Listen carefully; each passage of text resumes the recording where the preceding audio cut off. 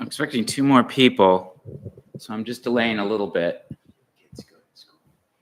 And your gazebo, it looks like a gazebo, looks very pretty. Well, I'm muting because there's so many birds behind me and bees buzzing around, and it's really warm. They're excited.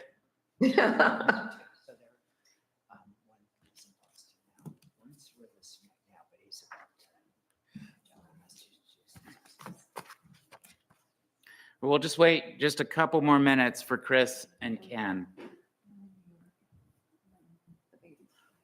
Are you good to go? I'm just setting up, yes. Yeah, right. I know. Exactly. So if you need to switch to me, do you do it there or or do I need to join the Zoom and do a screen share? No, I can see your computer right here. Really? Yeah. Is it desktop or by application? It's your whole desktop. Nice. So what I have on the projector behind you is what I see, which is mirrored to your desktop behind you all the way.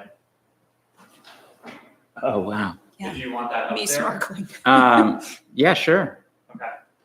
That's only for this room at the moment. Okay. Nice.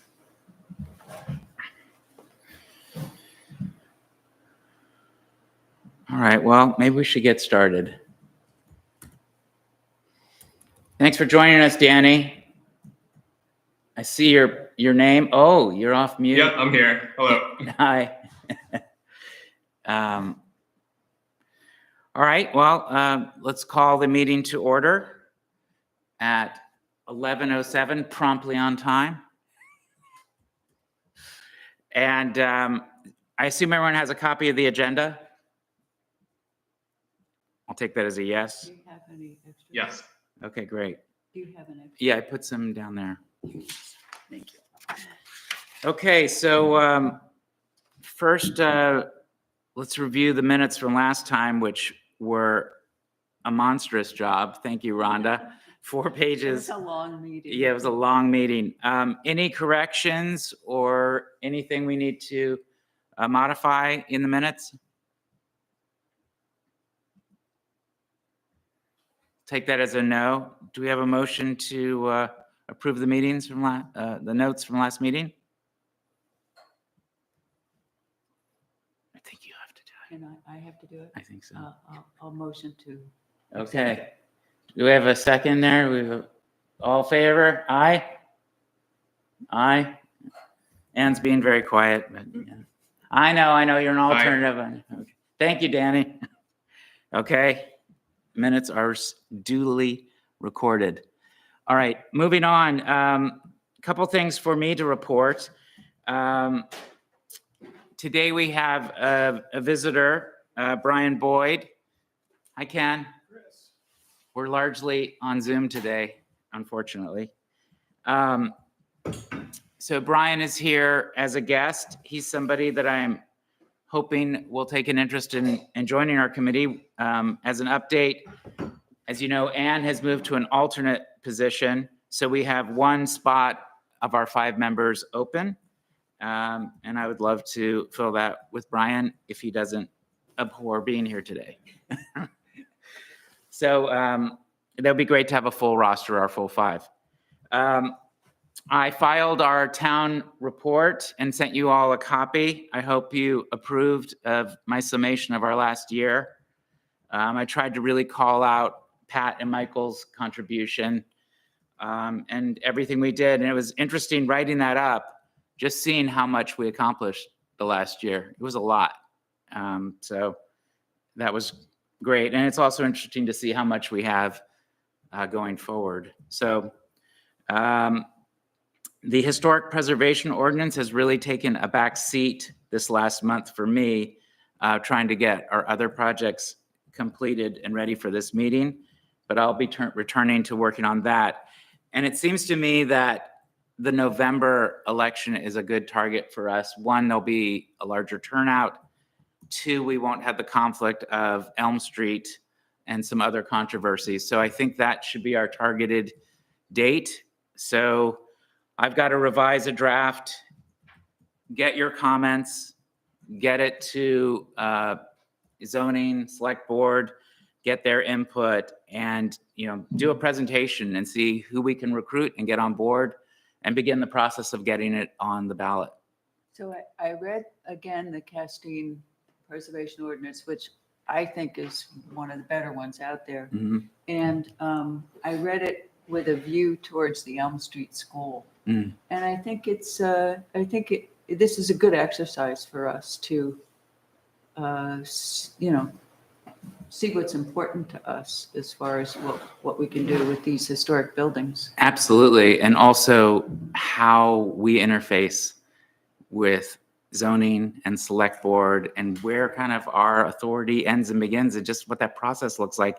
And with Ken here, it also comes to bear as we start the Montgomery Dam discussion. So in Harbor Park. So there's a lot of things that are pushing this issue to the forefront. So moving on, Allison's not here today, so we won't have a select board report. So moving to old business, let's discuss, and I'm trying to move fast today because some people do have to leave. First on our agenda is the Chestnut Walking Tour. So as you know, Rhonda and Pat have worked diligently on this walking tour for a long time, at least 2 years, I believe. And Rhonda did just a tremendous amount of work getting this project very close to the finish line. And then I stuck my nose into it and maybe muddied the waters with some text editing and opinions. But in this last month, my wife Tracy had come on board as a graphic designer to kind of take the content and shape it into a presentation. So she's here today to show a proof that has come from the printer. It's not a super accurate proof, but she can talk about that. And Rhonda can talk about content and Jane's walk. But Tracy, you want to just say where we are? Thank you. So this is new to me as well. I just got this yesterday. And what's nice is you can see about the size of it. I think it's so different to actually have it in your hands. You might and have to see. hold it up a little bit. You're not, for some reason, the owl isn't tracking. It's because I'm moving the cameras around the room. Oh, okay. There. So did you want to put the actual? I will. So this is a printing that was done with not the actual colors. The content is correct, but it's not a very good printing. It's not the final paper, but it is the size and it is the content. Well, if you want to see what the actual one. He's will got look- it up there. Oh, So yeah, okay. So that is the actual Colors. colors, yeah. So it's a good size for going on a walk. It's not unwieldy, but it's nice enough that you can really see the photographs. And it collapses down and becomes, you know, a nice handy map size. Will this be the paper? The No, actual this is not the Okay, paper. yeah. And this obviously is not the coloring. And this is not trimmed perfectly. This was just what I could get Right. as a one-off. So there are, having seen it like this, a few things I think that could make it even better, but mostly it's pretty much this. We have the QR code. Again, I don't know. There is a QR code on it so that you can get more information if you want to. But yeah. Yeah, we'll have the QR code on the back is going to be a link to the original Chestnut Historic District application. So for those people who want to really drill down to what was on the initial application and see the listing of every single property, that will be there. And, you know, as Rhonda has pointed out, not everything on that application is accurate, but the work that Rhonda has done has made what's actually on the map accurate. But those history bugs can go to the original application to get more information they want. But there's a considerable amount of information on this. You're seeing on the feed, or you did see on the feed, just one side, the map side. On the backside are more houses. So we were able to list around 30 homes. Do you want to, are you able to put the other side? I only downloaded the one side. I have a copy of the other one. But So- if you want to see this. We've- So there's the rest of the information is there and everything's numbered, Do you want to take a so you look? know where you You're are. kind of the only one who, in the room who has a copy of it. So it amounts to about an hour's long walk. We do have a shortcut that we denote and also bathroom breaks. And as we said, we hit about 30 homes. And then there's an additional 4 or 5 non-home historic sites that are flagged and detailed. So it's pretty comprehensive walk. And I think it's going to get a lot of play. And what's really fun is how we're debuting it. So Rhonda, you want to talk about Jane's Walk? Okay, first of all, I want to say that the design is phenomenal. Thank you. It is way better than I ever imagined. I had some Very good attractive. material to work with. Thank Well, you. very attractive. You did a great job, and really, it's a good ending to a long project. And so, yes, this, like a couple of weeks ago, I was reading the Maine Preservation newsletter, and they mentioned that every year they sponsor something they call Jane's Walk, and it's in honor of Jane Jacobs, who was a community activist planner, and very famous in the planning community. And a lot of the walks were historic. There were all kinds. Some were retail, like walking through town and discussing what it takes to run a small shop in a small town. But a lot were historic walks too. So I thought, well, we're ready. This is something we could launch at this walk. So I applied. We're on the list. We're in, and it's being held May 4th. We've decided 10 o'clock in the morning, we'll meet at the Village Green, and Maine Preservation Jane's Walk organization will advertise, but we also have to advertise in the town. And I don't know, we can talk more about where we Yeah. might do that. I have no idea how many people will come.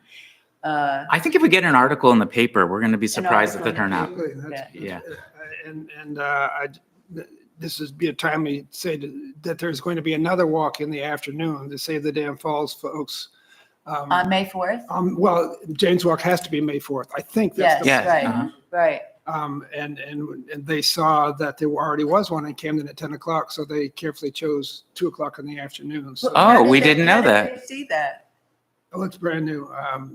It's been posted, but this is the first time. I think- No, how did they know that Jane's Walk was going to be here? I Camden? think the James Walk people said, oh, there already is one scheduled in Camden. You Oh, might okay, not well, want to that's good. schedule it at the same time. So I thought it was a great idea. This is a wonderful idea. And Yeah. to be able to do a morning and an afternoon walk. Oh, that is so great. Sounds great. Yeah, that's awesome. And Ken, the historian you is not allowed to spot mistakes in that. We're too far now. Looking for mistakes. No, I'm impressed. This is gorgeous. Yeah. Well, I will be the speaker at the walk. And I just have no idea how many people will come.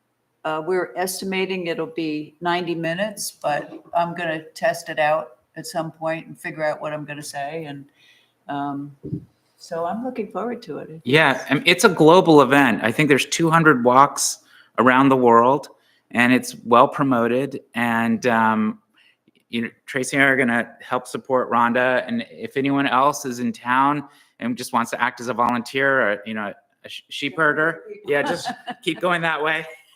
That would be great. It'd be cool if this felt like an HRC event. Yeah.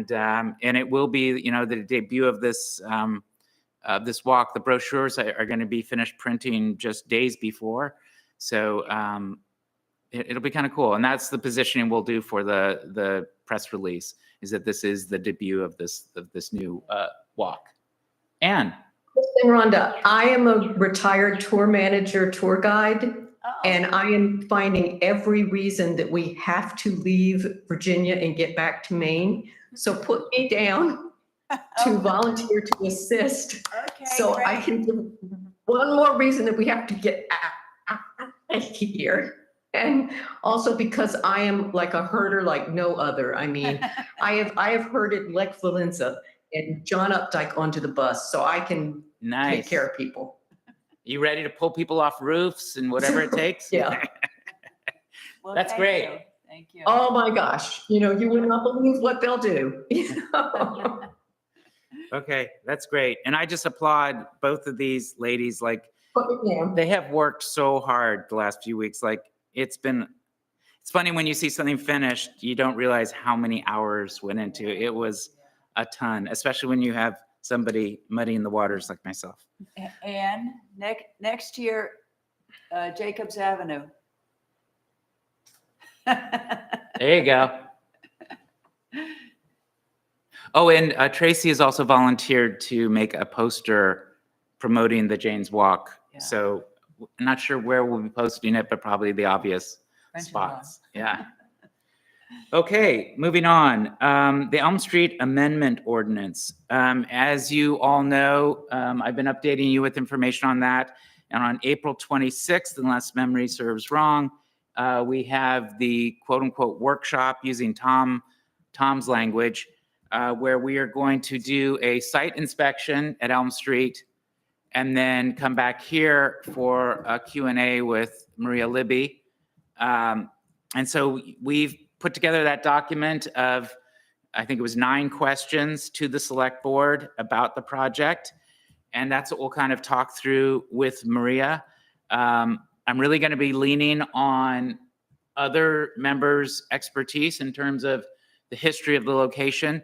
Ken has put me in touch with Wyatt at the library, and he's going to be pulling some pictures and potential historical information about the site, so that can help inform the discussion. But really our auspices are the streetscape. As far as it relates to zoning amendment, we can make our recommendations or opinions, but that's not really what we do. But the select board has invited our opinions on that. So I'm going to hope that most of our questions and emphasis is on historical preservation, and we can touch on the zoning, but that's not really, I don't think, should be the main push of what we're talking about with her. I'm very interested in getting a glimpse at what their potential plan is, because we have not seen an actual design. And then what things we can put in terms of protections for if we have agreement on what is the historical elements of the site, how do we preserve those in their renovation and then in future renovations. And this also then overlaps with some of Danny's comments, which we'll get to later, about deconstruction and radical reuse. Oh, Danny just pops on like that. Here's his name. So, when we have that Elm Street discussion, that'll be something I'd really love to have Danny chime in on. If you're able to make it on the 26th, isn't that correct? That's right. Yep. Great. It's at 4:00. So hopefully it's after hours for everyone. All right, moving on. We have nothing to talk about. I'm going to maybe jump to you soon, Danny, but we have no updates on the St. Thomas Bell Tower. I know that Rosalie was waiting for their report. Michael Scaling's not here, so we're not going to go into Curtis Island. But as we all know, he's been making tremendous progress and working with the town on funding. And, they've been doing a lot of surveys in terms of how storms have affected the site. And there's a lot of discussion around how to make a war for a floating dock in order to get supplies out there during the renovation, and what that means for the long term in terms of a presence of a dock. So I know that's an ongoing discussion. Moving to Jacobs Avenue Historic District, Anne is really on sabbatical right now. And when she returns, hopefully she will be able to kickstart that again, because she's got a brochure and walking tour to make, She's not laughing. I just want to mention that I'm looking forward to Rhonda taking a lead on this project. Oh, Gotcha, I see. Okay. And now, moving on to the natural landmark. Will Addis has put in an application. He's waiting for next steps. But we are exploring the idea of designating the Overlook and the lighthouse as a natural landmark. And we kind of discussed the reasons to do that in our last meeting. But I think that would be a fantastic thing to pursue. So he is pursuing it. The Camden, Chris, yes. I forgot, I actually have a small update. Oh, I heard from the man in Wiscasset, who I went to their meeting to see how they put together, because they were doing a district very similar to Jacobs Avenue. Mhm. And he was kind enough to send me an email and send me the information that they had gotten their designation. okay. So he's another person that we can now use for a resource, since he must be, feeling like he has idle hands since he worked for quite a while on that application. Great. And that relates to Jacobs Avenue, not the natural landmark, right? That relates to Jacobs Avenue. Okay, great. Yeah, I just forgot that I actually had something to say. Oh, so- okay. Awesome. Yeah. Thank you. Camden Yacht Club. So in our last meeting, Michael Scaling had talked about a grant he was putting together to do a survey of the site at the yacht club because of all the storm damage and to kind of assess solutions there. That grant has been put on hold and is not being pursued. They're kind of working out whether this is going to be really just the domain of the yacht club itself and not something for the town or the Historical Resources Committee to push in any way. So that is tabled for now. Moving on to new business, I wanted to, Ken is here, thankfully, to inform our discussion around Harbor Park and Montgomery Dam. But before we get into that, I want to, while we have Danny's attention, just kind of give him the floor a little bit about deconstruction and reuse. And this is all really preliminary. I don't actually know what Danny wants to tell us, but I just want to kind of keep having him remind us how important this is and what that program might look like and how, we've got a lot on our plate right now, but for the long term, this is something we really should be initiating here in the town. So that's something for us to take on. So I'm kind of just keep pushing Danny to keep us talking about it and kind of maybe set a vision for how this might look like and go. So Danny, I'll turn it over to you. Thank you. So just a brief bit of news. My spring break is coming up soon at school. And this is one of the first times in a while where I've had no family obligations or anything. I'm actually going to be touring a few cities in the country that are really doing deconstruction and reuse super well. So I will be going, and one of the cities is doing things that are very relevant to what we'll be talking about, which is Savannah. They have a program called Reuse Savannah, which is a women-led both deconstruction business and salvage business, but they specifically deconstruct historic buildings that they're not able to save whole, and they document and do research to record their history before they've taken them apart. So I'm really excited to visit them and meet them and bring some of that information back to this group. I'll also be going out to Portland, Oregon. I have a friend there who I've been in contact with for a while. Her name is Sarah Badiali, and she helped pass the first deconstruction ordinance in the entire world in the city of Portland, Oregon, back in 2016. And she has since then been helping other cities draft similar policies. She's working on one right now in Baltimore. So she'll be touring me around some of the facilities that they have in Portland. And then I will also be taking a train up to Washington State to meet a fellow who's been training people in deconstruction for about 30 years. Wow. So soon I will have a lot of information to share from all of these experts. And I'm happy to try to get some of them to maybe speak directly, maybe remotely in one of these sessions in the future. I think I speak for everyone here, just how excited we are about this. I love the idea of Camden being on the forefront of this and being in company of those types of cities. I think that's so exciting. And was Sarah the one who wrote Breaking Bad? I'm joking, Breaking Down, the book you lent me?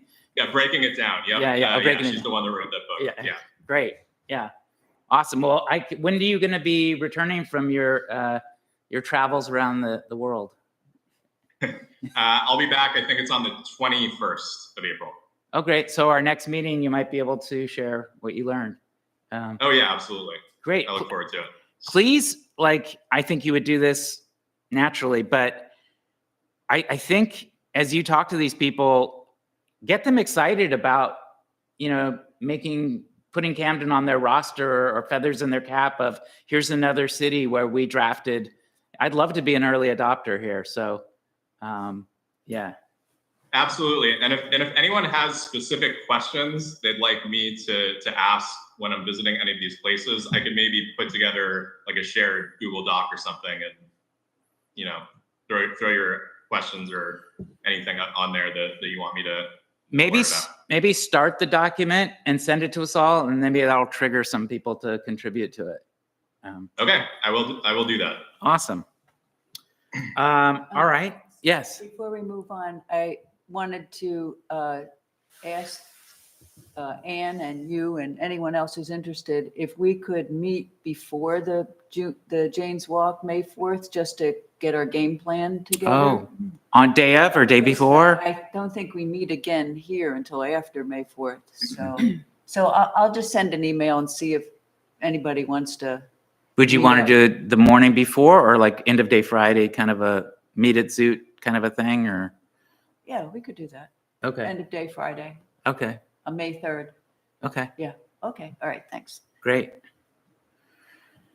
All right. So now we have the fun of talking about Montgomery Dam and Harbor Park. And this is a hot potato. I'm not gonna, it's something that has been on our minds for a long time now. And as we all know, you can just walk around town and you can see there are really divergent opinions about what should be done. And I don't consider myself uneducated on the topic, but I feel like I still feel naive. Like I read so much of that what has been put out, and it's really hard to sort through.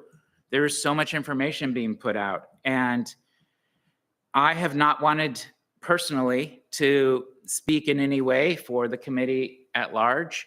And I think it was, Pat originally was the chair when this issue was kind of coming up, and it was her position to kind of sit back and wait for more reports and more findings before the HRC became involved and took any kind of public position on this issue. Things are really heating up. And if we were to ever take a position, this is kind of a little bit our window. I'm not really sure how to proceed on that front, how we create a consensus as a committee about what our action should be. So I think I'll share kind of my opinion, and then I would like everyone to chime in with their own opinions and questions. And we do have Ken here, I think, to field questions and maybe present a side of the issues that is not being presented or heard as much. I feel like I wish we as a committee already had a well-formed position and could maybe at this point share an opinion letter to like the library board, to the town manager, to the select board, and maybe even something in the paper. I don't know if we're there yet. And I think that's a little bit unfortunate given the timing. But I do feel like we are in a position to feel like we have been a little bit sidelined on this issue. I don't feel like we've been brought into the discussion at all. And I think it squarely falls within our domain, especially when we are being brought in so significantly to Elm Street. And this issue has, I think, far more aesthetic and other implications in terms of historic preservation. So I do think at the very least, we need to find a way to interject ourselves into the process and be informed. And I have spent a lot of time looking at all the information, and I cannot really picture what the aesthetics would be in Harbor Park or at the dam site, and I don't know if that's a personal failing or if that information has not really been presented yet, but it feels a little bit backwards that we don't have that information while everything is kind of moving forward. So that's not really a strong opinion, but that's kind of where I'm sitting right now. And I would love to hear where other people on the committee are sitting and to hear Ken's opinion. So I'm just going to open it up. Does anybody have anything to share?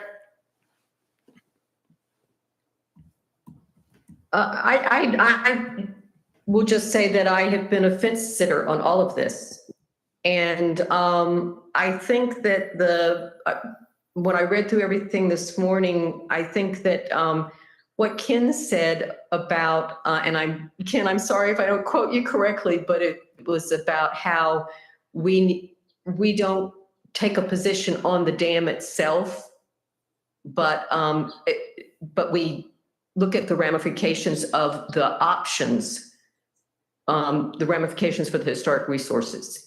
And I had a friend send me this morning a number of articles about the Dover Foxcroft Dam and the decisions that they're making there, which I thought were quite interesting, because they were talking about also about the cost, and that there's evidently a lot of grant money for dam removal. And I'm an environmentalist. I'm not an activist for removing the dam, but I also recognize what's going on with global warming, and so that's why I describe myself as a fence sitter. But I liked the way that Ken, you can quote your thing much better than me, put it, that's the slot that we fit it into, which is to look at the options in terms of our book, so to speak, which is to look at historic resources and how things are affected. And that at the same time allows us to also think about the implications for flooding and other issues. Yeah, that's great. Danny, you were nodding your head a lot while Ann was speaking. Do you have, I don't want to put you on the spot, but do you have any thoughts on this issue? Yeah, I mean, I'm in a similar position as Ann. Certainly understand the environmental importance of this project, but yeah, I haven't, agreeing with you, I haven't really seen, other than I think maybe in the original report, there was some sort of conceptual, very loose conceptual sketch of what it might look like. I don't know if there's been any development since then, but yeah, I don't have any clue of how this is going to affect sort of the aesthetic of the area. So I would be curious to know more about that if it's developed at all. Great. Yeah. Ken. Thanks, Chris. No, I agree with everything that you said, Chris. So here is an opportunity for the Historic Resources Committee. It is a vital part of the town of Camden. It has immense aesthetic, cultural, historical, and economic value, and I'd be happy to show you a slideshow on all of that. But here is an opportunity for the Historic Resources Committee to assert your value to the town. The Historic Resources Committee has been ignored, and partly it's because you're not tooting your own horn. You need to say how valuable your work is to the town. And here's an example. Whether the waterfall and the dam exist or not is a crucial question. Whether you take sides or not, and of course I will argue that you should take sides, money is not your purview, environment is not your purview. Maintaining the cultural and the aesthetic values in town, that is your purview. And so if you were to make any kind of statement, I would encourage you to look into it and make a statement. And I'd be happy if you want to put me on your schedule to show you a slideshow, a history of the construction. It's just eye-opening to see the effort and the granite and the labor and the money that went into building that dam and the waterfall and the vision it took to create that waterfall. It just will very much impress you, and I'd be happy to if you can put me on your. Yeah, well, let me calendar ask you sometime. about timing. So if you were to give us a presentation at our next meeting, that's 30 days from now, and I know things are coming to a head. Is that an appropriate time for you to present to us, or is that kind of too late, or? No, the town has said for a year now that they want to have a vote this November 2024 at the big, I mean, there's going to be thousands of people voting that day, and they want to have a straight up or down vote. Yes, save the dam, no, destroy the dam. And so taking a position well That's- ahead of November, Okay. but May is well ahead of. I thought they were targeting June. Oh, that's news to Right. me. No, Okay. November. Okay, great. Well, let's put you on the agenda then for the next meeting. That would be great. I think we're going to have a pretty full attendance at our next meeting, so that would be fantastic. Yeah, Um, I'm not on, if you can put me back on your mailing list, I did not hear about this meeting and I did not notice that I didn't hear about it because I've been getting regular emails. Also, I went on the town website and I couldn't find any record of this meeting. Yeah, Janice is on vacation for a week and it slipped through the cracks. Yeah. Great. Asking you a technical question. Harbor Park clearly falls within a historic resource of the town that the library board and the Historic Resources Committee has some dominion over. But does Montgomery Dam itself similarly fall under that? Like, where is the dividing line? And how's That's a that? great question, and it's a gray area because the dam was built precisely designed and built at the same time as Harbor Park, but the deed of it to the town didn't take place until 1998 when the Montgomerys gave it to the town. So it is a bit of a gray area. The library board is looking for an out. They don't want to take a position. I think that anything that you can tell them to encourage them to preserve the dam would be helpful. When you say not wanting to take a position, and Well, I don't want to stir up controversy here, but what does that mean? I mean, that suggests to me that there is a position that the library board may hold, but they are not exercising, and I just wonder what you mean by that. they issued a statement in 2021, which listed their position at that time. They had a committee, they spent hours writing and okaying this document. And it said, basically, over 2 pages, basically, they said they wanted to preserve as much of Harbor Park as possible. That's the nuts and bolts of it. They have formed a committee, and I've got a bit of an axe to grind here because they met in secret last week and dissolved the previous committee and created a brand new committee with handpicked members, which will revise that statement from 2021. I don't know what the new statement will say. In a couple of weeks, that should be 2 or 3 weeks, you may see a new statement. I don't know if that's helpful or not. So I read the original letter. Yeah, And there's 5 members of the library board? Is that, 11 or 12 members of the library board. and don't they have similar terms of like what their terms are? Why would they have replaced so many members at one time? Is it just coincidence or? No, it's not coincidence. For one thing, the subcommittee, which was looking into it, was too big. There were 14 members. That's too big. You can't get anything done with 14 members. So the impulse to make a smaller working group is great, but they did not choose a cross section of town or cross section of previous members.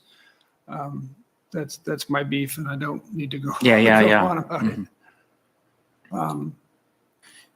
So, you obviously in some ways represent, if there is such thing as 2 camps, you kind of represent one do, camp. and I should say that I'm not wearing my library cap here. Yeah. I'm here as a private citizen. So Yeah. I'm not speaking for the library. I'm speaking for myself.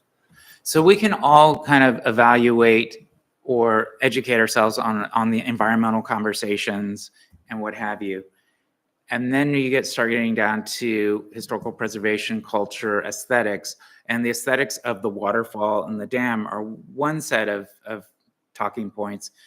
But then we get into the seawall in Harbor Park and sea rise, and that gets really gray, the line between what is needed in terms of rising water levels and the aesthetics of Harbor Park and preservation. That's the part I'm really interested in learning more about. And that seems to be the part that there's the least amount of information. There's a lot of discussion about the river, the lake, and the dams, but not a lot about what will happen to Harbor Park. What's your understanding there? No, I agree with your perceptions. They formed an MRCAC, the McGonagall River Citizens Advisory Committee was formed specifically to address the fact that there were no plans there, and there's nothing to present. They have existed for well over a year now, and they still have nothing to show. It is very discouraging that this is a very important, and we need to see what we're talking about, and they have nothing to present yet. They have promised over and over again that by November, they will have plans so that when the vote it comes down for an up or down vote, people will know what they're voting on. But it's hard to have a discussion now. The sketches they have were designed by the Interfluve. 5 years out of date now. There's been nothing new since then. So no, you're right. It's frustrating and hard to have a discussion without the visuals. Just to give us something to kind of think about until you come back next month, like, what is your fear factor in terms of what could be done to Harbor Park? Like, what is your main concern that this, addressing rising water levels could have the X impact on the park? What do you think could conceivably be destroyed or could be a very unaesthetic, unhistoric result?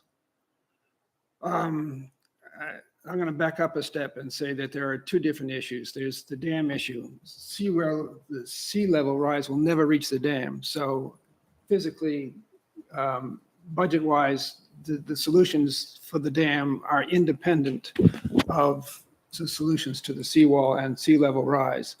However, because the town has pursued a grant and the grant links the two together, they are conceptually separate, but they are lumped together by the town. And by the conditions of the grant, in order to get money to rebuild the seawall, they are reading the grant application as meaning that the dam must be destroyed in order to get money for the seawall, which seems, if it strikes you as the cart and the horse are in different parts of the county, that's the way it appears to me as well. So to go back to your original question, there are no plans yet, but you could do a modest change simply by raising the seawall and raising the lower part of the park by 3 feet. First of all, you've got to set whether the sea level rise is going to be 30 inches or 4 feet. There's a huge difference, but we haven't seen sketches on that. If I were to speculate, and this is complete speculation, Mm-hmm. the lawn area above the walkway below, it's hard to imagine that any design would impact that area. Right, that's way too high. Yeah, Sea level. so we really are just talking about the walkway, the ramp, that area. Yeah, and so we are all environmentalists. I've been a member of the Sierra Club and Nature Conservancy for 30 years. And it drives me crazy that if you call yourself an environmentalist, you must be in favor of tearing down this dam. When, as you get a chance to look closely at it, you'll see that the dam does not inflict any environmental damage. It is possible to build fish ladders if that's your goal. No flooding is caused by the dam. I may be getting down into the weeds here and into the facts of the case. Mm-hmm. But the dam has huge economic value and aesthetic value, and it seems to me that would be the purview of this committee, just to point that out. Yep. Not taking sides, but just saying this is valuable. Yeah. Part of the problem in town is that there has not been an evaluation of pros and cons, losses and gains that would be entailed by the loss of Montgomery Dam. And that's what we need. But we've had 5 years to do it, and it just has not happened yet. So That's a bit of a rant. Yeah, I yeah. appreciate it.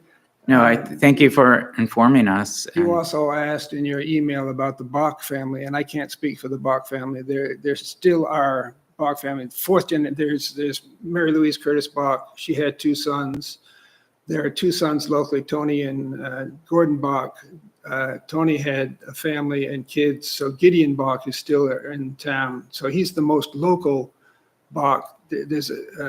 Gordon is still with us, and I think his cousin Enid is still with us. So there are some Bachs around. My impression of the Bach family is that they're very reserved. They're not going to step out one side or the other. But that's just my impression. Somebody should ask them.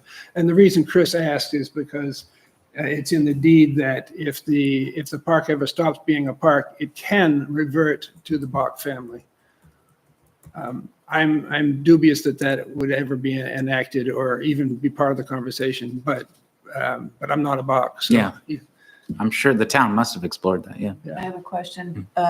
Is the Harbor Park a National Park Service site? It's a Frederick Law Olmsted historic site? It is not part of the NHL, National Historic Landmark, that it is an adjunct or supporting feature, but it is not part of the National Historic Landmark that the amphitheater is. The amphitheater is. The amphitheater is, it takes 3 years of constant effort to move something from a proposal to actually getting National Historic Landmark status, and the amphitheater has done that, but Harbor Park has not. Does that help? Okay, well, we look forward to having you attend our next meeting. The Meguntuck River Citizens, the MRCAC, I always use the acronym because I can't remember all those. they do have a meeting tomorrow. Is it tomorrow? I think it's tomorrow at 4 o'clock, I believe. And so I may be attending that just to hear more of their presentation.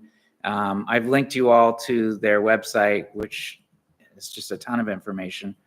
And I'm wondering if we might similarly have someone from them present to us. And that might be part of kind of our process. But I think at the very least, and I guess I want affirmation from the rest of the committee, that we need to interject ourselves a little bit more strongly into this process.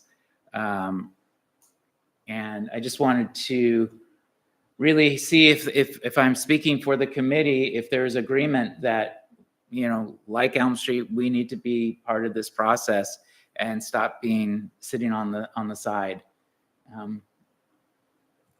It looks like I'm getting nods from Ann and Danny. Yeah, I would agree. Also, Ken, I couldn't hear, you mentioned that there are plans being worked on that would be available before November, but who is working on that exactly? That's the MRCAC. That's their major charge, is to create these plans and present them. They have a $1.6 million budget, and a majority of that is for designers and engineers to design plans for public presentation.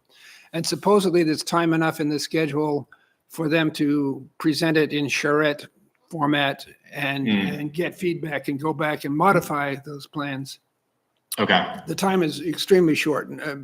November will be here very soon, and the democracy moves ponderously. So I'm not sure there's time enough for all that to happen, but that's the goal. Was there a projected date on the initial charrette? I haven't seen one. Okay, thank you.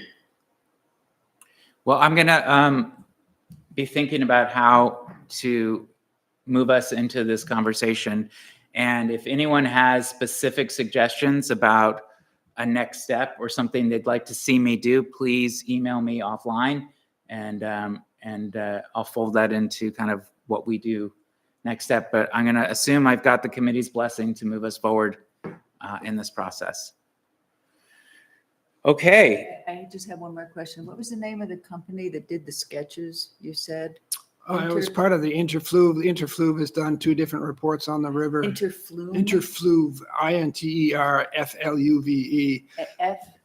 FLUVE, Interfluve, and those Okay. reports are available at the Camden Town website. Okay. The one on the Montgomery Dam is really, it's short. It's only 80 or 90 pages, and it's fascinating. The one on the whole river is over 200 pages and a bit of a slog, but And these are available at the town office? on the town website is the easiest way to Website, get them. okay. Yeah, All right, the PDFs. thank you.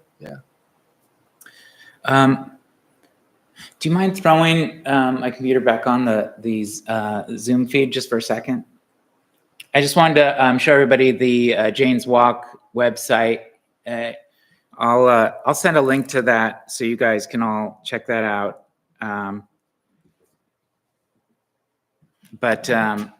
Yeah, so it's, you know, they've put in considerable effort into this. It's cool to be a part of it. And we would like to play nice with your Jane's Walk. If you want to keep an arm's distance, fine. If you want to co-present, I would encourage people to come to both of them, but we can talk. Yeah, and maybe there's a way on the poster we designed that we note, and note that there'll be a second walk at 2:00, or I think that'd be great, actually. Yeah.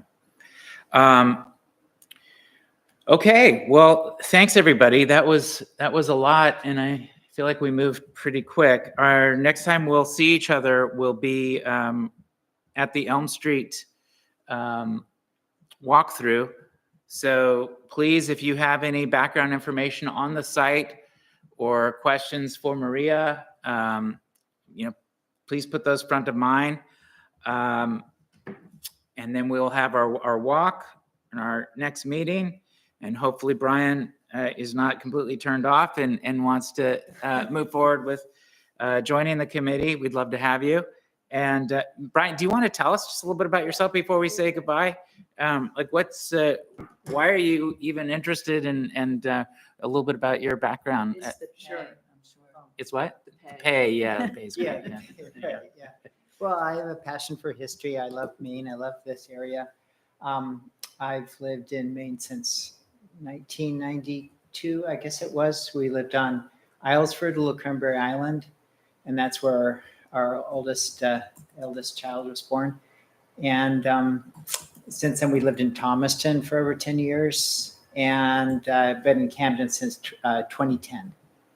And I started an English language immersion school for people from other countries. So that's over 20 years old, and now it's mostly online since the pandemic.